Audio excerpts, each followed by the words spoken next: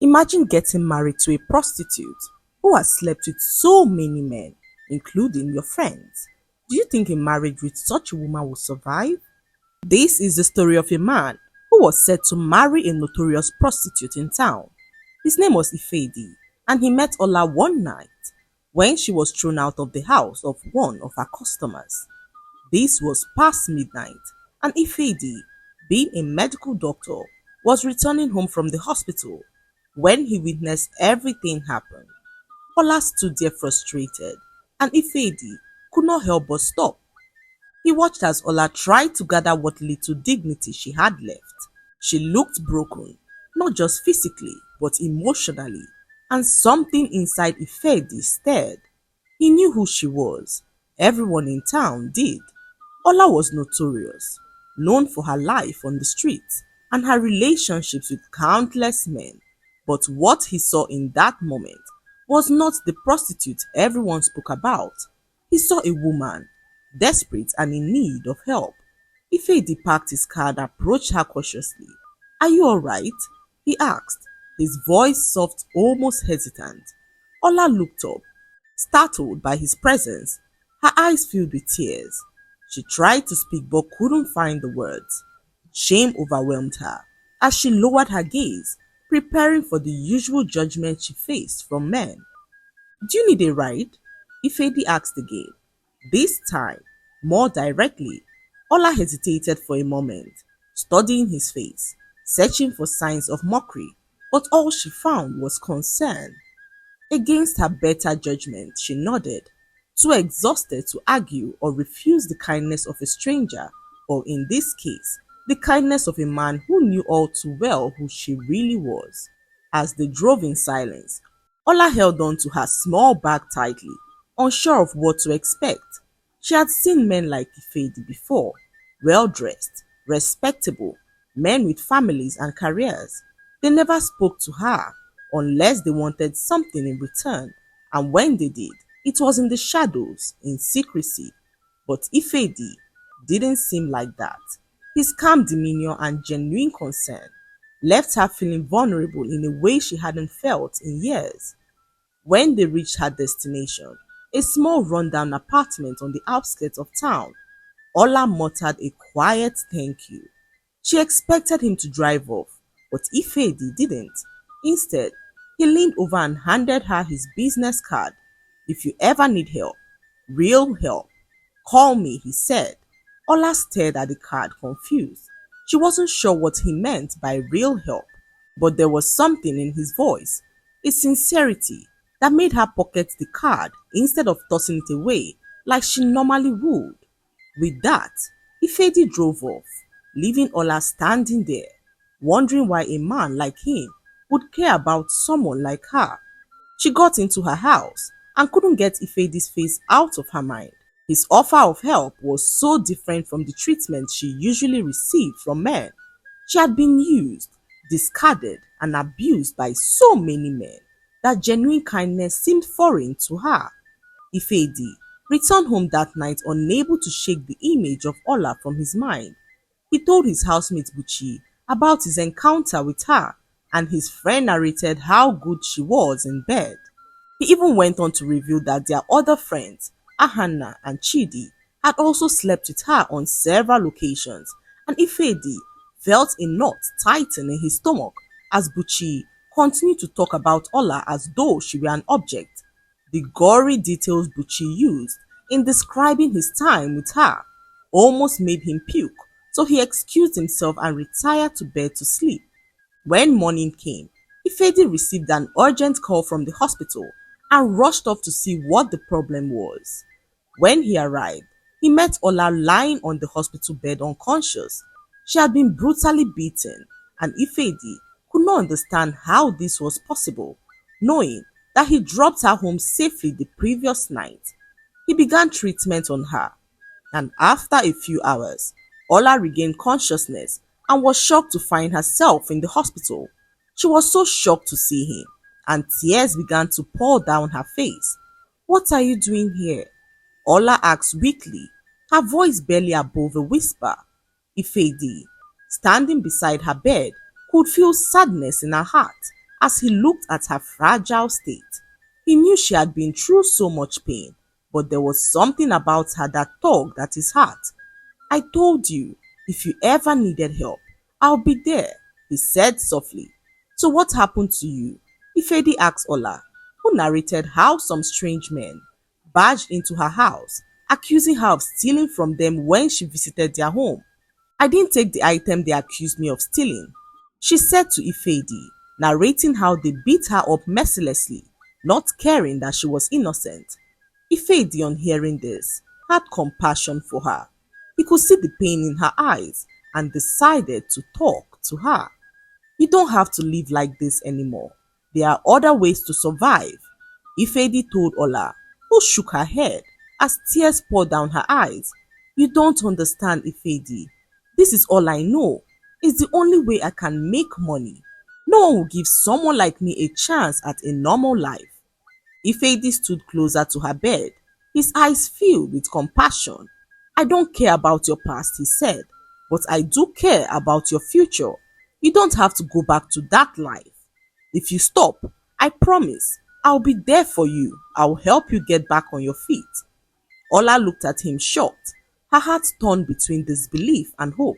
She had never known a man like Ifedi, someone who was not interested in using her, someone who genuinely wanted to help. But the life she had been living had hardened her, making it difficult for her to trust. How can I believe you? How do I know you're not just like the rest of them? Ola asked, as Ifedi went down on his knees and asked her to be his wife. Ola could not believe her eyes. She stared at Ifedi as her heart stormed through her chest. No man had ever treated her with such kindness before, let alone proposed to her. Yet, something in Ifedi's eyes told her that maybe, just maybe, this was her chance at a new life. Ifedi, I can't, she stammered, overwhelmed by emotions. You don't know what you're getting into. My past is too ugly. I'm not the kind of woman you marry. Ifedi took her hand gently, his voice calm but firm. I don't care about your past, Ola. I only care about the person you are now and the future we can build together. Everyone deserves a second chance, and I want to give that to you. Tears streamed down Ola's face as she listened to his words. She had lived her entire life in the shadows, convinced that no one would ever see her as anything other than a woman to be used and discarded. But here was a man who saw her for more, who believed in her when she couldn't believe in herself. I'll stop, she whispered, her voice trembling. I'll stop prostituting, but I don't know how to be anything else. Ifedi smiled softly. You don't have to know right now. I'll be with you every step of the way. We'll figure it out together. Though conflicted, Ola agreed. From that day on, she left the streets behind and began to live a normal life. Ifedi was true to his words. He provided her every need and promised to find her a job, and for the first time in years, Ola experienced peace, free from the dangers and abuse that had once defined her life. As they spent more time together, Ifedi and Ola grew closer. Ifedi saw past her rough exterior and found the kind-hearted, resilient woman beneath. He admired her strength and was proud of the changes she was making in her life. Day by day, his feelings for her deepened, and before long, he realized he was in love with her. One evening, whilst having drinks with his friend Buchi, Ifedi decided to confide in him. I think I'm going to marry her, he said with a smile. Buchi nearly choked on his drink. Are you insane? Marry Ola, the same woman who slept with half the town? Ifedi, have you lost your mind? Ifedi looked at him calmly. I don't care who she's been with. What matters to me is the woman she is now. Buchi was incredulous. But she's been with everyone, our friends even. You really want to marry a woman like that? I don't care if she slept with the whole state or even all the men on earth. Ifedi said firmly, I love her and I'm going to marry her. Word of Ifedi's decision spread quickly, and soon his family got wind of it. His sister Ogechi confronted him angrily. You cannot marry that woman, she snapped. Do you realize what this will do to our family's reputation? Marrying a woman with her past will disgrace us. Ifedi stood his ground. I love Ola, and nothing you will say will change that. My happiness is more important than what people think. His family held a meeting, trying to dissuade him. His parents, uncles, and cousins all voiced their objections, warning him about the shame it would bring. But Ifedi remained resolute. I am marrying her, he declared, whether you approve or not. Even his friends tried one last time to convince him. They gathered one evening and urged him to reconsider. Chidi, one of his closest friends, came up with a plan. Let's test her, Chidi suggested. See if she's truly loyal. If she passes, we'll leave you alone. But if she fails, you have to admit that a leopard doesn't change its spots. Reluctantly, Ifedi agreed to the test. His friends devised a scenario to see if Ola would fall back into her old ways.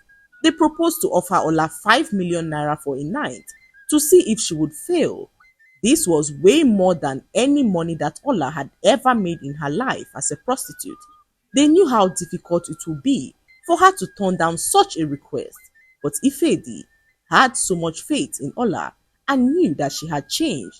Chidi put a call through to her phone, offering Ola 5 million naira for a night, but Ola turned down his offer, saying that she was not interested. Ifedi was so proud to see how Ola had transformed. His friends all sat there amazed at her transformation. Ifedi was in the middle of the conversation with his friends when a message dropped into Chidi's phone. The room had been filled with a sense of victory and relief. Ola had passed the test, proving her loyalty and dedication to Ifedi. His friends Chidi and Nambuchi had all apologized, admitting that they were wrong about her. Ifedi felt so proud. Ola had changed. She had turned down the life she once knew for him, and that meant everything to him. But then, as the laughter settled, Chidi looked down at his phone in shock. He held up the phone for everyone to see the screen, and it was a message from Ola. Can you send me the address of the hotel? The entire room fell silent. Ifedi's heart sank as he read the message over Chidi's shoulders. He felt his chest tighten with disbelief and confusion. Ola, who had just said no to the offer, was now asking for the address. How could this be? Could she really have changed her mind? Was the temptation of the money too much after all? Chidi wasted no time. His smirk returned as he quickly typed the address and sent it back to her. Looks like the real Ola is back, Chidi said mockingly. Ahanambuchi exchanged uneasy glances, but Chidi couldn't contain his amusement. You see, Ifedi, he continued, a leopard never changes its spots. Ifedi stood there frozen, his mind racing with anger and pain. How could Ola do this? After everything they have been through, after all the trust he had placed in her, she was willing to betray him for money. Leaving his friends behind, Ifedi stormed out of the house and drove home. His mind was in turmoil. He pictured her going to meet with Chidi for money, and the very thought of it made his stomach churn. By the time he arrived home, Ola was nowhere to be found. The house was silent. Ifedi paced the living room, waiting, his emotions spiraling between anger, sadness, and disbelief. He could not bear the thought of her with his friend. Hours later, the front door creaked open and Ola stepped inside. She looked tired, almost nervous, as if she had been struggling with something heavy. Before she could say a word, Ifedi stood up abruptly, his voice sharp and filled with rage. Where were you? He demanded, glaring at her. Don't lie to me, Ola. I know what you've done. Ola looked startled. Ifedi, she began, but he cut her off, his anger boiling over. You went to see Chidi, didn't you? After everything, after all we've been through, you still went to him for money. His voice cracked with pain as he pointed a finger at her. You're just a cheap prostitute. That's all you'll ever be. Tears welled up in Ola's eyes. as she shook her head. No, Ifedi, I didn't, I swear. I didn't go through with it. I turned back. Please, you have to believe me. But Ifedi wasn't listening. You asked for the address, Ola. He yelled. You asked for it. How could you do this? You're supposed to be my fiancé, and yet you are going to sleep with my friend for money. I don't ever want to see you again. Ola dropped to her knees, tears streaming down her face. Please, Ifedi, listen to me. I was tempted. Yes, but I couldn't do it. I turned back before I even got there. I love you and I couldn't betray you. As the argument heated up, Ifedi's phone rang. It was Chidi. Still fuming, Ifedi answered the call, his anger barely contained. On the other end, Chidi's voice came through with a mocking tone. Your girl's cheap, Ifedi, he said, laughing. She slept with me for money. She's not worthy to be your wife. I hope you see that now. Ifedi's grip tightened around the phone as he listened to Chidi's words. His blood boiled. The betrayal felt like a knife twisting in his chest. He looked at Ola, his eyes burning with hurt and rage. Get out! Ifedi screamed, throwing her bags towards the door. I don't ever want to see you again. Our engagement is over. Ola sobbed profusely, trying to explain, but Ifedi was too angry to listen. He slammed the door behind her, leaving her broken. Ola had never seen Ifedi this angry, and seeing him call her a prostitute made things worse, as Ola felt like her entire world had collapsed. She stumbled out of the house, tears blurring her vision as she tried to make sense of the situation. The weight of her past, the life she thought she had left behind, came crashing down on her in that moment. She had worked so hard to change, to prove to Ifedi that she was worthy of his love and trust, but now it seemed like everything was ruined. The streets that once held her captive now seemed like her only refuge again. For days, Ifedi shut himself away from everyone. His anger was intense, and his heart ached with the thought of Ola's betrayal. He had believed in her, loved her, and fought for her despite the opinions of his friends and family. But now, he was filled with so much doubt. Was she really capable of change, or had he been a fool all along? Ola, on the other hand, sank into despair. She found herself back at her rundown apartment she once called home, but the walls seemed to close in on her more than ever before. Every night, she thought of Ifedi, the man who had shown her kindness when no one else would, the man who had loved her for who she was, not for what she had done. She couldn't bear the thought of losing him. One evening, after days of isolation, Ifedi received a visitor. It was his sister Ogechi, who heard about the breakup and decided to check up on her brother. While she had been vehemently opposed to his relationship with Ola, seeing her brother in such pain broke her heart. Ifedi, Ogechi began cautiously. I know you're hurting, but I think you need to hear this. Ifedi looked at her. His face hardened with anger. There's nothing more to hear. She betrayed me, Ogechi. She went to Chidi after everything we went through. But did she? Ogechi countered. Ifedi looked up at his sister, shocked to hear this from her. What are you trying to say? He asked his sister, who began to confess how Chidi and herself planned to ruin his relationship with Ola. I couldn't stand seeing you marry a prostitute, so I came up with the plan and convinced Chidi to make you agree to the test, knowing how difficult it would be for Ola to turn down 5 million naira. Ogechi paused, guilt written all over her face as she confessed, I thought it would save you from making the biggest mistake of your life. I didn't think that she had changed, but when she didn't show up at the hotel on that day, I realized I had underestimated her. But by then it was too late. I'm so sorry, Ifedi. Ifedi stood in stunned silence, processing his sister's words. His anger towards Ola started to melt away, replaced by guilt and a profound sadness. He had been wrong, so terribly wrong.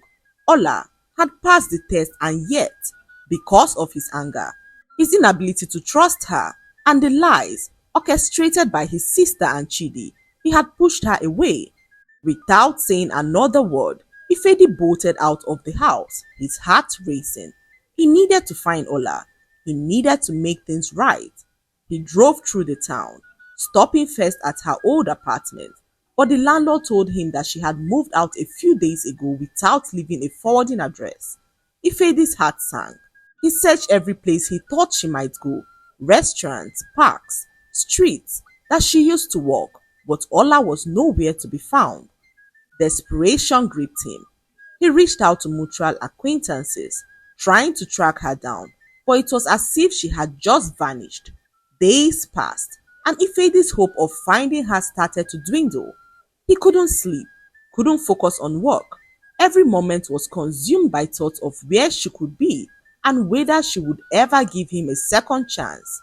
One night, as he sat in his chair outside what used to be Ola's favorite cafe, Ifedi realized the enormity of what he had lost. He had let his insecurities and the opinions of others cloud his judgment. Ola had changed, and despite her past, she had chosen him. But instead of standing by her, he had doubted her when she needed him most.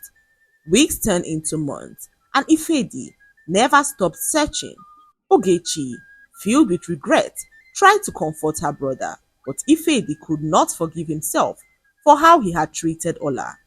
Every night, he replayed their last conversation in his head, haunted by the hurt in her eyes. One day, after a long shift at the hospital, Ifedi received a letter in the mail. It was from an unknown sender, and when he opened it, his heart skipped a beat. Inside was a simple note in Ola's handwriting. Ifedi, I forgive you, but I need you to move on. I hope one day you'll find peace, just as I'm trying to find mine. Please don't come looking for me. It's better this way. Thank you for everything. Ola. Ifedi stared at the letter for a long time, the weight of her words settling over him like a heavy cloud. He had always hoped that he would find her, that he would have a chance to make things right, but now it was clear. Ola had made her decision. She had forgiven him, but she wasn't coming back. With tears in his eyes, Ifedi folded the letter and placed it in his drawer. He knew he had to respect her choice, no matter how much it pained him. Ola was gone, and he had to live with the consequences of his actions. In time, he hoped that he would find peace, but he knew that a part of him would always wonder what could have been. And so, life went on. Ifedi continued his work as a doctor, but he was never the same. The lessons from his time with Ola stayed with him. Lessons about trust, forgiveness, and the price of letting fear dictate love. Though their paths had diverged, the memory of Ola remained with him forever, a bittersweet reminder of the woman he once loved and the chance at happiness he had let slip away. The lesson to be learned from this story is that people change. Do not judge a person based on his or her past, as everyone deserves a second chance, regardless of their past. People can change, and it's important to recognize their efforts and intentions rather than holding their past against them.